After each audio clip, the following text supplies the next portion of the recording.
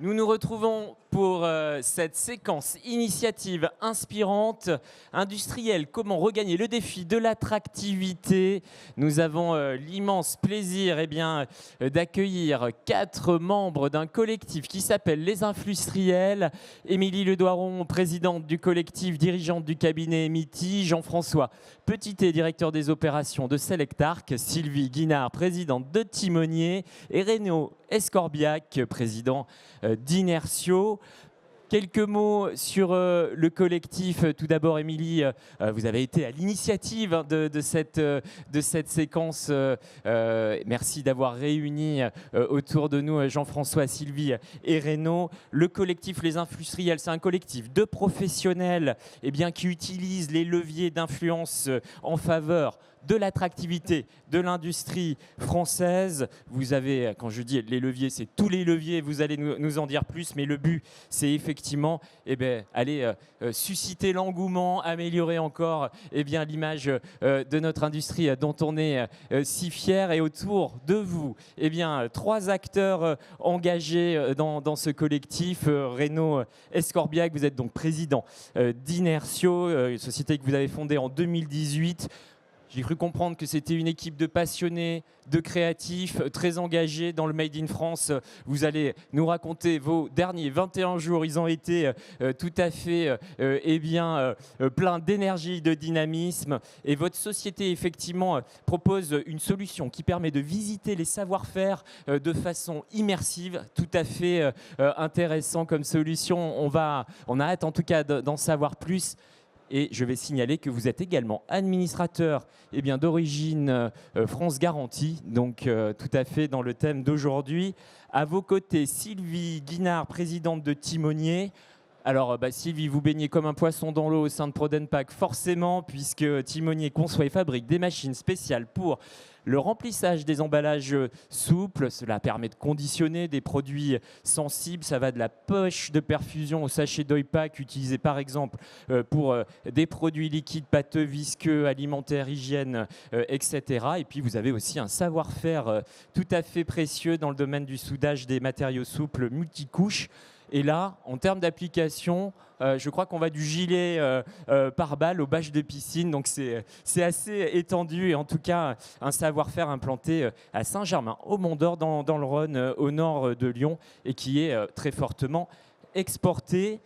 À vos côtés, Jean-François Petitet, directeur des opérations de Selectarc, 2 usines, Franche-Comté et territoire de Belfort, unique fabricant français de métaux d'apport, de soudage et de brasage, spécialisé dans l'assemblage, la réparation, le rechargement. Selectarc est un acteur clé dans des domaines stratégiques pour l'industrie française, le nucléaire, la défense, l'aéronautique, l'espace notamment. Et si stratégique au fond que j'en profite pour signaler une évolution dans votre actionnariat avec Framatome qui a pris une part de capital substantielle à l'orée de la période estivale.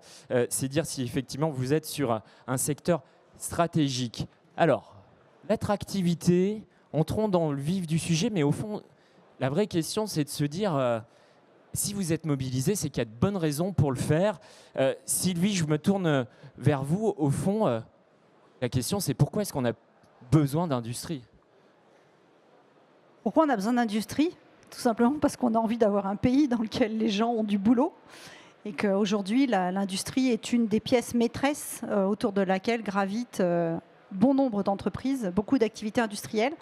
Après, la deuxième chose, c'est qu'en France, on a un vrai vivier technologique, un vrai savoir-faire que l'on a depuis fort longtemps, et c'est quand même dommage de ne pas utiliser cette capacité d'innovation et ces talents que nous créons auprès de notre jeunesse et auprès de l'ensemble de nos Français, de l'ensemble des concitoyens.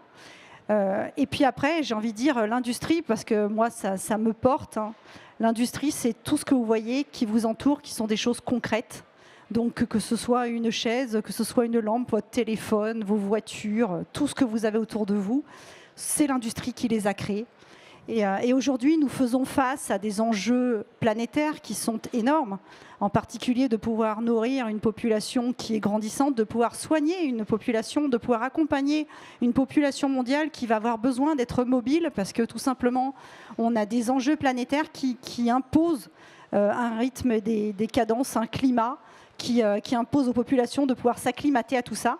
Et pour trouver des solutions concrètes, pour accompagner l'homme, eh bien, il va falloir trouver des solutions industrielles. Donc l'industrie a besoin de vrais talents pour relever ces défis. Et je pense honnêtement qu'en France, on peut avoir ces talents et qu'il faut qu'on se mobilise pour y arriver. Ouais, nourrir, soigner, se mouvoir, effectivement, on ne peut pas se passer d'industrie dans un monde en pleine évolution. Vous l'avez évoqué, des transitions sont à l'œuvre. Alors, Émilie, vous qui animez ce collectif, pourquoi a-t-on besoin effectivement de relever ce défi de l'attractivité ? Alors déjà, je le co-anime, hein, je tiens à préciser, parce qu'heureusement, je ne suis pas toute seule. Vous savez, les journalistes, on a besoin d'incarner, de personnaliser, mais c'est un collectif, donc il n'y a pas de jeu, effectivement, dans un collectif. Effectivement, on voit qu'il y a une vraie pénurie de compétences. Depuis un moment déjà, les industriels ont du mal à recruter. On a une image de l'industrie qui est extrêmement écornée, avec toute la période faiblesse que l'on a vécue ces quelques dizaines de dernières années. Aujourd'hui, il faut vraiment qu'on puisse travailler à changer les récits, changer les imaginaires autour de l'industrie, évidemment pour faciliter le recrutement et attirer les talents, mais aussi les personnes potentiellement en reconversion, etc., vers les métiers industriels, et puis faire en sorte qu'il y ait une acceptabilité globale au niveau des citoyens lorsqu'il y a une implantation d'usine, une extension, etc., qui soit facilitée, et que l'on montre que l'industrie, ce n'est pas un problème, c'est souvent au contraire une très grosse partie de la solution en termes de bassin d'emploi, en termes de dynamisme, en termes de transition énergétique et environnementale. Exactement. Avec Sylvie, on a mis en ligne de mire les grands enjeux en fait, de notre société, mais il y a un enjeu que vous soulignez, c'est au fond celui de la cohésion sociale. L'industrie, c'est un lieu qui rassemble. Tout à fait. Je pense que pour avoir, moi, débuté ma carrière dans le monde du numérique, je trouve que l'industrie, c'est quand même très particulier. Et ceux qui sont piqués par l'industrie le vivent et on le sent, la passion, la fierté. Une usine, ça réunit toute une diversité de personnes, comme dans peu de secteurs, finalement, je trouve. C'est ce qui permet effectivement de créer de la cohésion au sein d'un territoire. On se mélange, on a des techniciens, des cols bleus, des cols blancs, enfin, toutes sortes de métiers avec souvent des dizaines de métiers différents au sein d'un site industriel. Et tous ces gens-là sont obligés d'agir ensemble vers un objectif commun de production ou d'ingénierie. Et ça soude. Et ça, en termes de réduction des fractures sociales, on a un petit sujet en ce moment en France. Donc oui, alors Émilie, merci pour la transition. Ça soude en effet, Jean-François. Allez, être dans une industrie, c'est effectivement se rassembler autour d'un objectif commun, mais un objectif aussi qui peut nous dépasser. Il y a un enjeu de souveraineté. Sur votre secteur, c'est particulièrement le cas. Alors effectivement, merci pour la transition sur le soudage, elle est parfaite. Effectivement, la souveraineté vient renforcer l'action qu'on doit mener pour changer cette image d'Épinal autour de l'industrie. L'industrie des services, on utilise ce terme-là, mais il n'y a pas de service s'il n'y a pas de bases industrielles sur lesquelles les proposer, sur lesquelles les déployer. Il faut de la valeur ajoutée, il faut de la transformation, il faut des flux physiques. On ne peut pas avoir que des flux de données, malheureusement, surtout qu'on sait où ils partent en ce moment. Et je rejoins la notion de souveraineté qui est absolument fondamentale. On a laissé détruire des filières entières industrielles au cours des 20-25 dernières années. J'y ai assisté, ça fait plus de 25 ans que je suis dans le soudage. Je ne peux que le déplorer et j'ai le plaisir et la chance, mais aussi la lourde responsabilité de travailler pour le dernier fabricant de son espèce, qui est un acteur primordial parce que le soudage métallique, Sylvie fait du soudage de matériaux plastiques, nous on est dans le métal, c'est ce qui permet de fabriquer tout ce qui est autour de nous et évidemment de fabriquer des choses qui sont beaucoup plus stratégiques pour le pays, comme des centrales nucléaires, des avions ou demain, on peut le déplorer, mais en tout cas des appareils, des systèmes militaires. Donc on a besoin tous de mobiliser l'essentiel de nos énergies pour attirer les nouveaux talents, pour convertir ou changer cette image d'Épinal dans les mentalités du corps enseignant, des parents évidemment, et puis des jeunes. Donc c'est pas évident pour nous industriels de communiquer sur TikTok, on en parlait, on n'est pas forcément de cette génération-là. Je sais pas si on a les bons messages, le bon narratif à faire passer, mais je pense qu'il y a de toute façon les mentalités à faire évoluer, à commencer par l'éducation. Oui, alors on va parler effectivement des leviers, on va parler notamment des réseaux sociaux. TikTok, alors c'est chinois, peut-être qu'il faut l'éviter, je ne sais pas si vous voulez parler de souveraineté des données, mais en tout cas, il y a différents réseaux. Allez, dernier temps sur cette première question. Au fond, Renaud, je vous voyais acquiescer évidemment à ce que disaient vos co-intervenants, mais de votre côté, est-ce qu'il n'y a pas un enjeu qui est tout simplement lié avec le Made in France, qui est votre cheval de bataille ? Si, merci Pierre pour cette prise de parole. En effet, la souveraineté industrielle est intimement liée à la souveraineté numérique. Alors tu parlais du rush qui m'a animé là, ces dernières semaines, puisqu'on a enchaîné le salon du Made in France, puis le week-end dernier, la grande exposition des savoir-faire industriels à l'Élysée.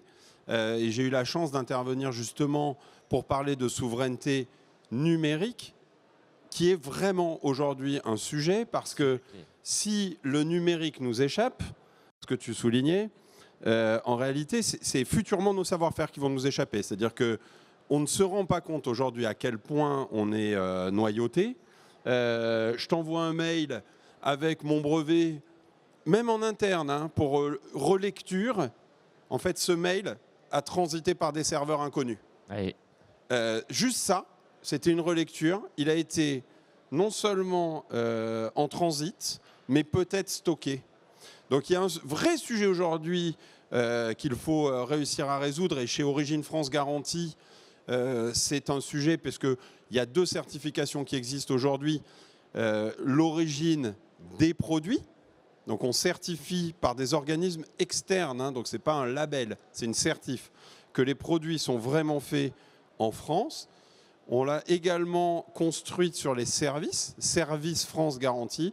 On se pose la question sur le numérique, est-ce qu'il n'y a pas un moyen d'agir aujourd'hui pour vraiment, à minima, élever nos consciences et mettre en place un référentiel qui tiendrait la route ? Ça aurait certainement du sens. On l'a encore soulevé ce matin lors de la séquence robotique machine intelligente avec l'éruption de technologies. Encore une fois, c'est évidemment pas pour cibler la Chine, mais il se trouve qu'elles viennent de Chine. Mais ce sont des systèmes qui utilisent au fond les données des entreprises pour progresser. Donc il y a une vraie notion de protection des savoir-faire derrière cela. Mais on est les seuls à se faire des nœuds au cerveau. Faut être honnête. Je ne comprends même pas qu'on ait des débats. Oui. C'est-à-dire que je rappelle juste, le TikTok chinois, c'est pas le même TikTok qu'ailleurs, par exemple. Ils se posent pas de questions.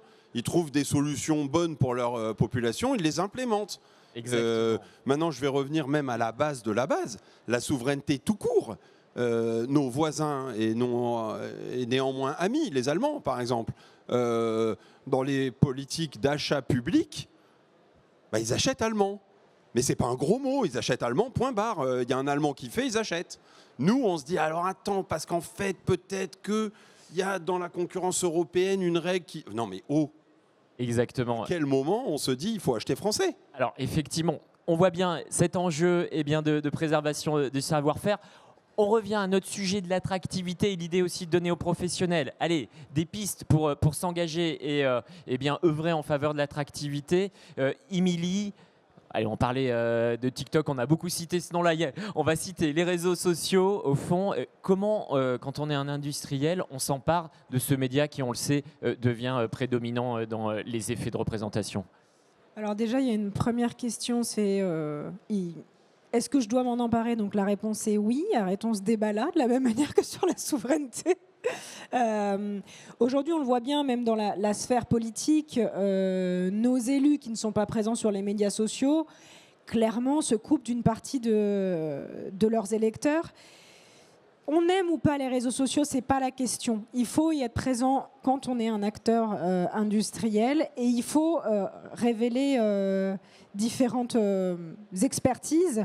Il faut donner la parole à ses collaborateurs et très souvent, moi, ce que je constate avec ma casquette industrielle, mais aussi avec ma casquette de marketing spécialisé dans l'industrie, c'est que... Soulignons d'ailleurs, voilà, vous avez cofondé le cabinet MITI à Grenoble qui accompagne effectivement les entreprises industrielles justement dans leur démarche marketing. Oui, tout à fait. Et on voit souvent chez nos prospects, chez nos clients, ou même voilà, dans les écosystèmes, qu'il y a une certaine peur à y aller. J'ai pas grand-chose à dire, j'ai peur de faire une bêtise, etc. Alors déjà, les réseaux sociaux, c'est extrêmement éphémère. Au pire, on publie quelque chose, on le supprime quand on fait des erreurs dans des posts, par exemple. Voilà, ça m'est arrivé récemment. Ah oui, d'accord. Mais il n'y a pas de peur à avoir. Globalement, c'est intéressant pour le business, c'est intéressant pour le recrutement et c'est intéressant pour l'incarnation au sens plus macro. Donc, c'est pas si difficile de s'y mettre. Et effectivement, très souvent, il y a des jeunes collaborateurs que l'on peut mobiliser qui sont très, très contents d'aider la direction à le faire. Effectivement. Les réseaux sociaux, mais au fond, est-ce que c'est pas plus largement le digital qui est un outil pour s'adresser aux jeunes générations? Renaud, justement, ce que propose votre société, c'est un dispositif qui est bien adapté aux jeunes générations et qui permet de s'immerger dans les savoir-faire industriels. En fait, pour moi, le meilleur outil de vente de l'usine, c'est l'usine. Ouais. Premièrement. Ouais. Donc aujourd'hui, l'usine, comme le président d'Origine France Garantie s'amuse à le rappeler en permanence, ça n'est plus l'usine de Zola. Ce sont des usines hyper rénovées, ultra robotisées, il n'y a plus de port de charge lourde. Bref, le meilleur outil de vente, c'est l'usine. Venez visiter les usines, ouvrez les portes des usines. Il y a juste une problématique, c'est que cet après-midi, je ne peux pas aller en visiter 30 d'un coup à Annecy, à Grenoble, etc., etc. Donc, on a inventé un petit système qui permet d'en visiter. Là, il y en a 250, par exemple. 250 usines.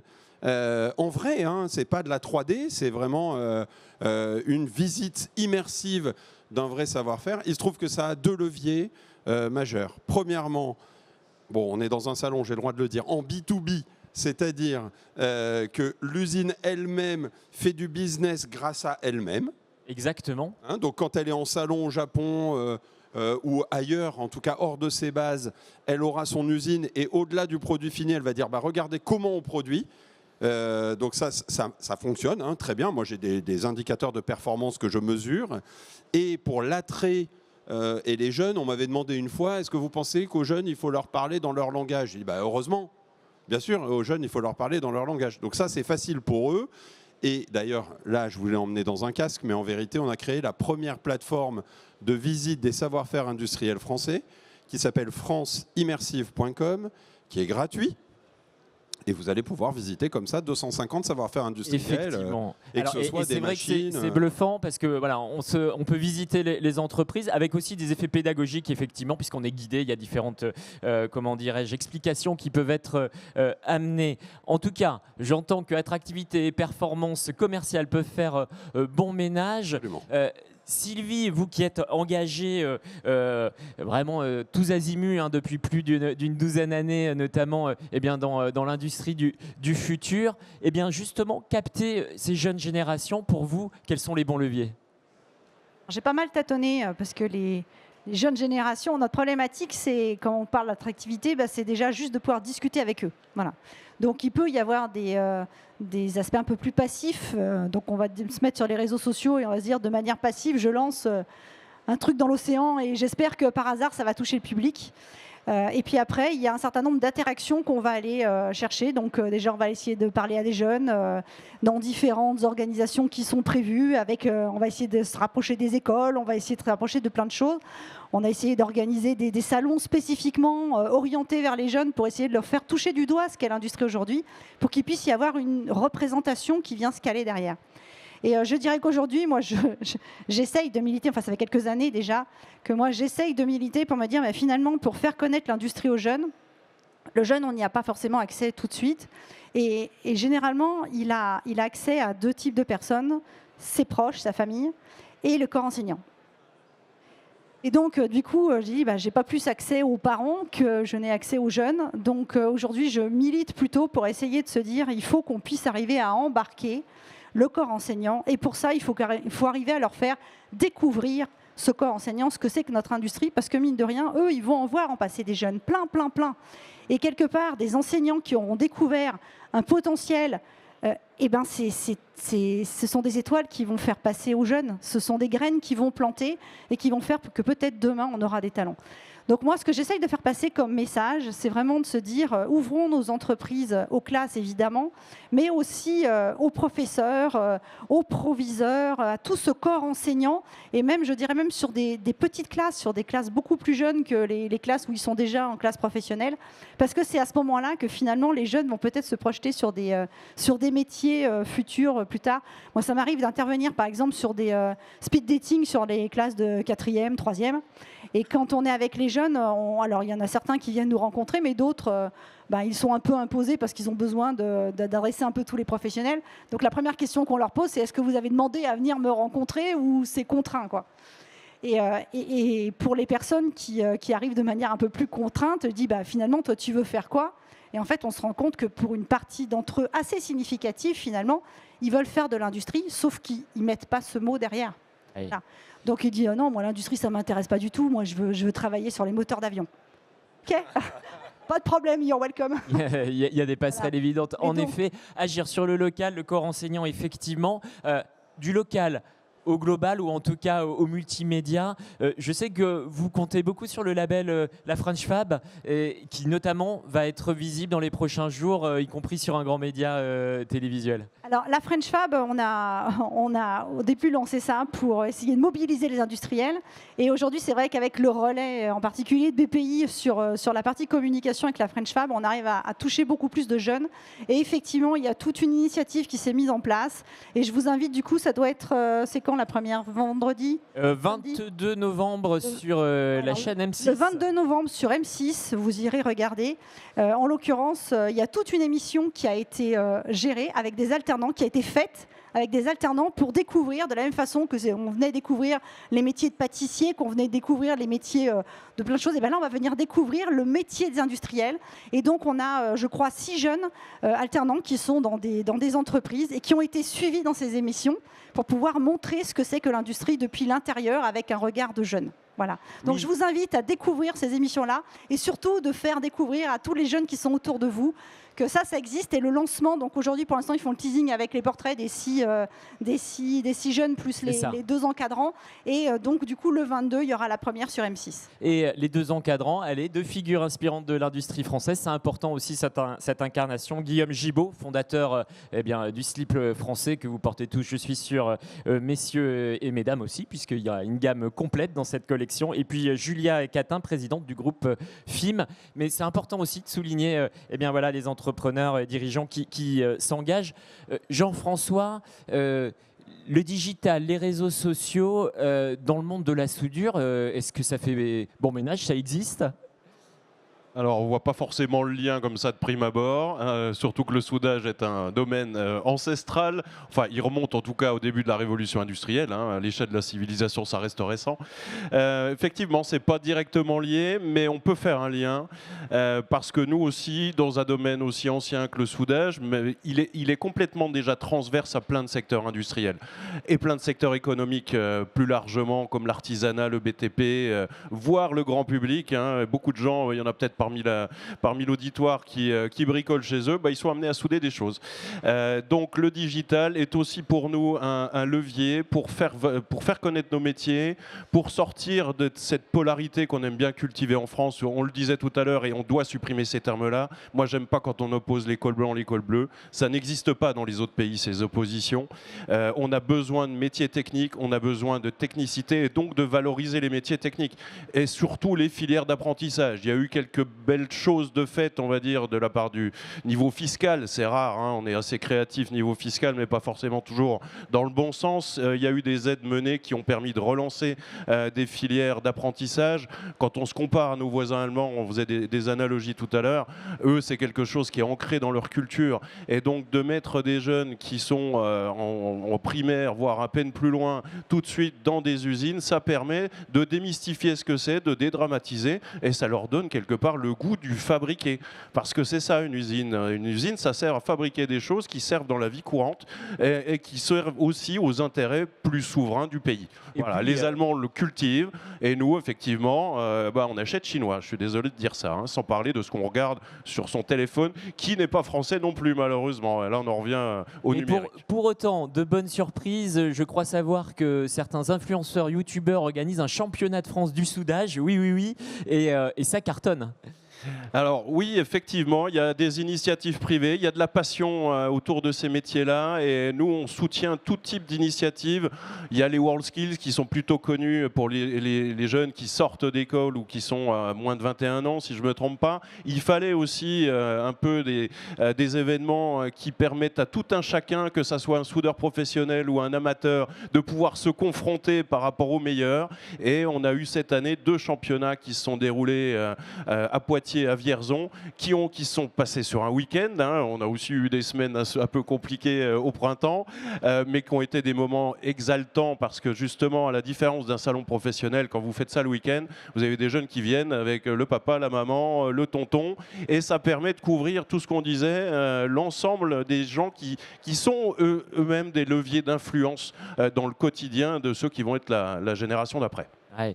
Des nouveaux outils au service de l'attractivité. Et puis, Sylvie l'a dit, se rapprocher du corps enseignant. Jean-François, ça veut dire que le local, ça reste important. Quand je dis le local, la proximité avec des prescripteurs de terrain. Mais de toute façon, la communication, le travail que l'on fait, il se fait par cercle concentrique. C'est comme quand on essaie de faire du business, on commence par balayer autour de chez soi. Donc dans notre cas, on fait découvrir notre usine en réel. On verra si on peut le faire en virtuel plus tard, Renaud. Mais en réel, au corps enseignant local, au lycée technique, au centre d'apprentissage. Vous savez, en France, on est les spécialistes de la multiplication des organisations, des institutions. Donc on a beaucoup de strates aussi en termes de formation professionnelle. Et nous, on ouvre régulièrement nos portes au lycée technique, au CFA, au Greta, qu'est-ce que j'ai oublié, à tout ce qui émane de l'UIMM et aux centres de formation privés qui existent aussi. Donc ça, pour nous, c'est essentiel. Et cette semaine dans l'industrie, évidemment, on ouvre nos portes aux différentes classes. Voilà. Exactement. Sans parler des liens avec les écoles d'ingénieurs, avec les laboratoires, qui permettent de faire cette connexion en permanence avec le corps enseignant pour qu'il reste en prise avec la réalité. Alors, troisième séquence de cette discussion, allez, c'est essayer de se projeter, comment aller plus loin. Il faut quand même partir d'un constat, c'est que l'attractivité, elle a évidemment une incidence sur la capacité à recruter, pas seulement. Si l'on regarde le pourcentage des emplois vacants dans notre pays, hélas, on a atteint, je crois, le niveau de 2%, c'est 4 fois plus qu'il y a 5 ans. Donc il y a une vraie problématique, en fait, d'attirer les jeunes, mais aussi les moins jeunes, en fait, hein, l'ensemble de la population vers ces emplois disponibles de façon à ce qu'on tienne la capacité de production. Alors, qu'est-ce qui pêche? Sur quoi vraiment agir pour que les propositions que vous avez identifiées soient réellement efficientes, Renaud? En effet, déjà, il y a beaucoup de pédagogie à effectuer. C'est-à-dire que depuis 30 ans, enfin moi je me souviens, en tout cas quand j'étais jeune, on me disait si tu ne travailles pas à l'école, tu finiras à l'usine. Cette phrase, ma génération, on l'a entendue, c'est grave. Oui. Surtout qu'elle était bien relayée par les patrons d'usine eux-mêmes. C'est-à-dire que, je ne vais pas les citer, mais certains capitaines d'industrie influents disaient qu'on fabriquera un pays sans usine, mais de produits manufacturés ailleurs. Donc, je veux dire, il y a quand même un changement de paradigme qui s'opère. Donc le problème, c'est que c'est facile de casser, c'est beaucoup plus dur de reconstruire. Il y a une vraie volonté politique, hein, néanmoins, on l'a vu avec Choose France. Choose France en début de semaine, donc je crois que c'est plus de 150 projets d'investissement d'entreprises françaises, plus de 15 milliards d'euros, chiffre à vérifier, mais je crois qu'on est sur cet ordre de grandeur. Donc, mais des initiatives. malgré tout, en effet, nos usines ferment. On en parlait juste avant avec Émilie. Ça, c'est quand même un drame. Donc, il faut continuer à beaucoup expliquer. Mais c'est surtout susciter. C'est-à-dire qu'il faut susciter des vocations, voire, j'ai envie de dire, des reconversions. Parce qu'on peut se reconvertir en industriel aujourd'hui. Avant, on disait à 50 ans, tu ne peux plus travailler dans l'usine, c'est trop pénible. C'est faux aujourd'hui, par exemple. Il faut le dire. Bien sûr. Sylvie, des compléments sur effectivement, véritablement les leviers pour que ce que l'on a mis en avant soit réellement efficient. Alors, ça fonctionne. Oui, alors dans nos entreprises, de toute façon, aujourd'hui, on a dit, hein, c'est une somme de collaborateurs très très différents. Enfin, c'est un lieu de vie, de co-construction, d'innovation, de créativité, dans lequel on vient interpeller tous les corps de métier, tous les besoins, tous les talents, toutes les reconversions. Il faut voir que l'industrie aujourd'hui, et dans les années qui vont venir, vont être peuplées de gens dont les métiers n'existaient pas il y a encore une dizaine ou une quinzaine ou une vingtaine d'années. Enfin, si vous vous baladez un peu sur LinkedIn, vous allez voir les gens, quand vous regardez leur métier, vous dites mais je ne comprends même pas ce qu'il fait, quoi. Et en fait, les métiers dont a besoin l'industrie sont des métiers qui évoluent très très très vite. C'est-à-dire que c'est très chouette, hein, qu'on ait des jeunes qui arrivent avec ces nouvelles technologies, mais on a aussi besoin d'un peu moins jeunes qui se transforment aussi dans ces métiers dont on a besoin au niveau de nos industries. Donc j'ai envie de dire, il y a de la place pour tout le monde, il y a de la place pour toutes les envies, pour toutes les reconversions. On arrive riche d'expériences qui sont complètement multiples et on a besoin de ça. Parce que nos entreprises de demain, c'est fini les entreprises où on fait tout seul de notre côté, en ayant l'intégralité des savoir-faire et autres, ça n'existe plus.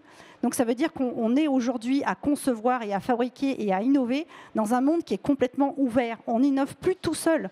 On innove avec des confrères, on innove avec des clients, on innove avec des fournisseurs. On va innover avec des personnes qui vont être là pour nous accompagner le temps d'un projet ou qui vont être là pendant 30 ans ou 40 ans et qui vont évoluer avec nous. Donc on est aujourd'hui dans une transformation complète de nos entreprises, des besoins qu'elles ont et forcément des talents dont elles ont besoin. Donc forcément aujourd'hui, ça veut dire qu'on va s'adresser à peu près à tout à chacun pour dire nous rejoignez-nous. On a un vrai besoin de talent avec un vrai besoin de sens parce qu'on a besoin de réponses hyper concrètes pour des enjeux qui sont déjà là aujourd'hui et qu'on a besoin de relever. Et moi, quelque part, ça me fait mal au cœur de voir les débats auxquels on assiste, piteux auxquels on assiste, en se bouffant le nez sur du présent qui n'est même pas du présent, qui est du passé. On a un tel avenir à créer et autour de nous, ils avancent à pas de géant. Oui. Donc nous, on est en train non seulement de reculer, mais ou même en faisant du surplace par rapport aux autres, on est en train de perdre un temps fou, quoi. Et ce qu'il faut dire utilisons notre énergie pour créer ensemble notre futur. Voilà. Créons ensemble notre futur, effectivement. Et cette transformation des entreprises, des usines, c'est aussi une transformation digitale. Plus que jamais, les usages dans les usines sont tournés vers les softwares et un peu moins vers les équipements et d'une certaine façon se rapprochent de l'usage que l'on retrouve à la maison. Et donc Nous, on a besoin de tout. Une machine, moi, 20 ans en arrière, la machine, c'était la mécano-pneumatique, tout ce qu'il y a de plus concret. Aujourd'hui, quand je regarde la valeur de la machine, la moitié de la valeur, ce sont des produits d'électronique, d'automatisme, de programmes qu'on va mettre dedans. Mais l'autre moitié, ça reste encore de la mécanique. Je veux dire, il n'y a pas de machine si elle n'est pas physique. Donc oui, on a du digital, mais du digital qui va venir se coupler avec du physique. Voilà, donc on a besoin des deux. De l'accessibilité, de l'ergonomie, en tout cas, et de l'intégration des salariés. Émilie, un complément ? Oui, désolé, je te file le micro après. Non. Ouais, au risque de paraphraser un peu Sylvie, effectivement, sur les leviers pour aller plus loin, il y a 3 choses que je voulais ajouter. C'est pour vivre heureux, vivons cachés, stop, là on arrête. L'industrie s'est planquée pendant des dizaines d'années. Pour des raisons X ou Y dont on ne va pas débattre là, ce n'est pas le sujet, mais ça c'est terminé. Je ne veux pas communiquer, on va me piquer mes clients. Je ne veux pas communiquer, on va me piquer mes collaborateurs. Je ne veux pas communiquer, on va me piquer mes technologies. Stop. On arrête, en fait, à pas communiquer, tu vas surtout rester dans ta grotte et tu vas gentiment y mourir. Donc ça, voilà, que ce soit très très clair. Un sujet d'incarnation, on en a parlé tout à l'heure, et Sylvie, tu en as très bien parlé aussi. Il faut aujourd'hui que la fierté soit représentée par des hommes et des femmes, mais en vrai, quoi, pas juste par des jolis ambassadeurs qu'on aura lissés. Et le championnat de France du soudage, pour ça, est un excellent exemple. Et ces influenceurs métiers dans l'aéro, il y a Elodie, dont je ne me souviens plus le nom, qui est une super influenceuse aussi. Enfin voilà, il y a des choses vraies qui se passent. Et troisième chose, et encore une fois, tu l'as très bien dit, jouons collectif. Aujourd'hui, on est très siloté dans le monde industriel. Il y a des organisations, tu le disais, hein, Jean-François, des strates dans tous les sens, des métiers qui réfléchissent pour leur métier, etc. la French Fab, pour le coup, est une excellente initiative. Et là, en ce moment, on fait plein de choses super géniales. Et ben voilà, jouons collectif, arrêtons de jouer chacun dans notre précaré, à faire la petite campagne qui va bien par ici, la petite campagne qui va bien par là. Essayons, et dans le business, c'est pareil, mais c'est pas mon propos, d'être un petit peu plus collectif et de pas... voilà. Oui. Soler les efforts. Jean-François, on parlait de fierté, vous carburez fièrement le coq bleu. Eh bien, je ne suis pas le seul. Et vous n'êtes pas le seul, effectivement. Donc, ça vous parle et ça se concrétise comment ? Il y a beaucoup de choses qui viennent d'être dites. Alors, je rebondis déjà sur le digital parce qu'effectivement, la partie machine, la partie commande machine, intégration des données, etc., suppose une part de plus en plus importante de la valeur ajoutée dans du digital. En ce qui me concerne, même si on fabrique des produits métallurgiques, donc on est vraiment en filière complètement aval de la sidérurgie, de l'acierie, nous, on brasse une quantité phénoménale de variantes de produits différents. À l'échelle d'une PME comme la nôtre, c'est des dizaines de milliers de produits, des niveaux de nomenclature impensable, et tout le travail qu'on a fait ces 5 dernières années, il est en majeure partie s'est axé sur la gestion de la donnée, sur le nettoyage de la donnée, parce que tous ceux qui travaillent là-dedans savent très bien que c'est garbage in, garbage out, autrement. Donc la mise en place de nouvelles briques technologiques souveraines, ça veut dire attention au mode du SaaS, du tout cloud, etc., sans savoir où sont réellement stockées les données, où est la redondance, où sont les sauvegardes, c'est très important, d'autant plus dans notre cas qu'on agit sur des filières qui doivent être souveraines parce qu'elles touchent à des enjeux totalement stratégiques. L'autre aspect, effectivement, c'est le collectif, et moi je soutiens tout à fait ça parce qu'on doit chasser en meute comme le font d'autres à l'export. Sylvie a une grosse part de son activité, voire la majeure partie de son chiffre à l'export, c'est notre cas aussi, on a des filiales à l'étranger, et ce que l'on fait déjà en France, c'est travailler ensemble avec des PME qui ont des activités connexes pour aller adresser des marchés ensemble, parce qu'on se bat contre des mastodontes. Dans notre cas, on est une PME de 45 millions, on se bat contre des boîtes qui font plusieurs milliards d'euros. Donc on est un petit Zodiac qui navigue entre des gros paquebots. Et le carburant, c'est vous, c'est la capacité de chacun, est un petit peu patriote quand il fait ses achats. C'est d'arrêter d'aller chercher le moins cher, parce qu'au final, moi qui viens de la campagne, mon père m'a toujours dit, j'ai pas les moyens d'acheter pas cher. Ça veut dire que quand j'achète pas cher, je vais l'acheter plusieurs fois. Donc le Made in France, c'est ça aussi, c'est la culture de la qualité. Il n'y a pas que dans le luxe qu'on sait faire ça, il y a aussi dans de la machine, il y a aussi dans de l'innovation dans les technos liés au numérique, et il y a des industries plus traditionnelles que je représente quelque part, qui se réforment, qui se mettent au goût du jour et qui tentent aussi d'appréhender les enjeux d'aujourd'hui et surtout ceux de demain. Eh bien, ça sera effectivement le mot de la fin. Merci à vous 4 pour ce partage d'expérience, vos témoignages. On peut les applaudir. Merci à eux pour leur engagement. On a prévu une séance de questions-réponses, donc un micro circule dans la salle. N'hésitez pas à vous manifester, à venir questionner, témoigner, pourquoi pas, de votre réalité. Alors n'hésitez pas à vous signaler, monsieur, et merci de vous présenter avant de poser votre question, s'il vous plaît. Et bonjour. Je suis le directeur d'une société allemande qui fabrique des machines d'emballage pour l'agroalimentaire et l'industrie pharmaceutique, qui s'appelle Saint-Égon.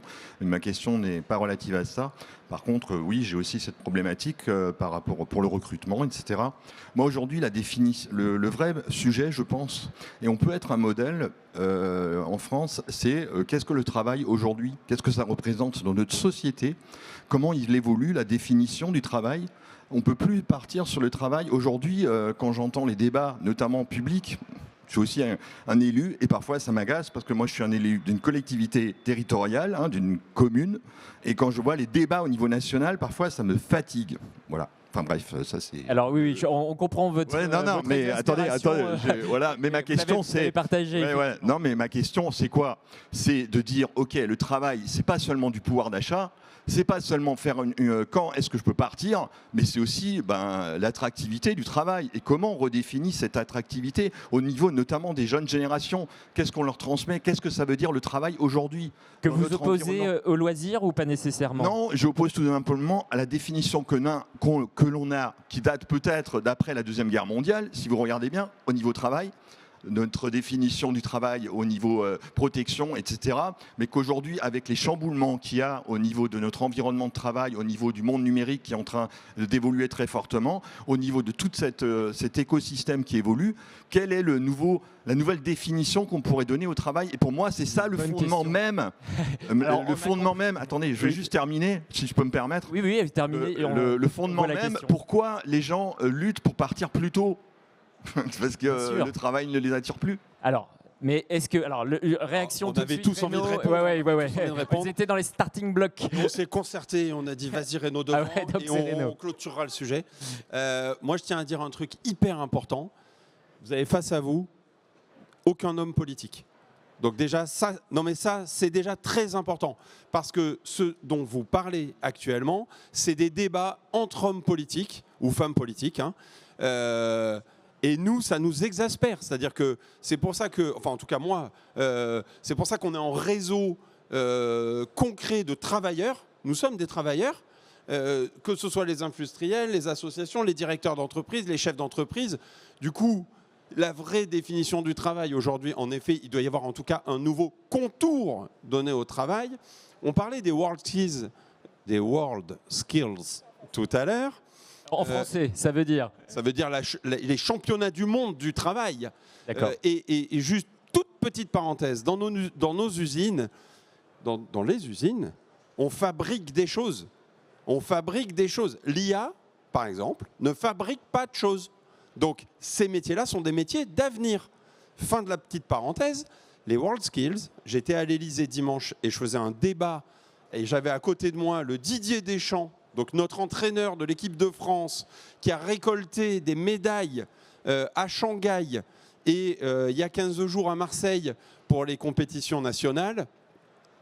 Les jeunes, aujourd'hui, ces filières d'excellence, s'encouragent les uns les autres pour y participer. C'est par eux que ça va passer.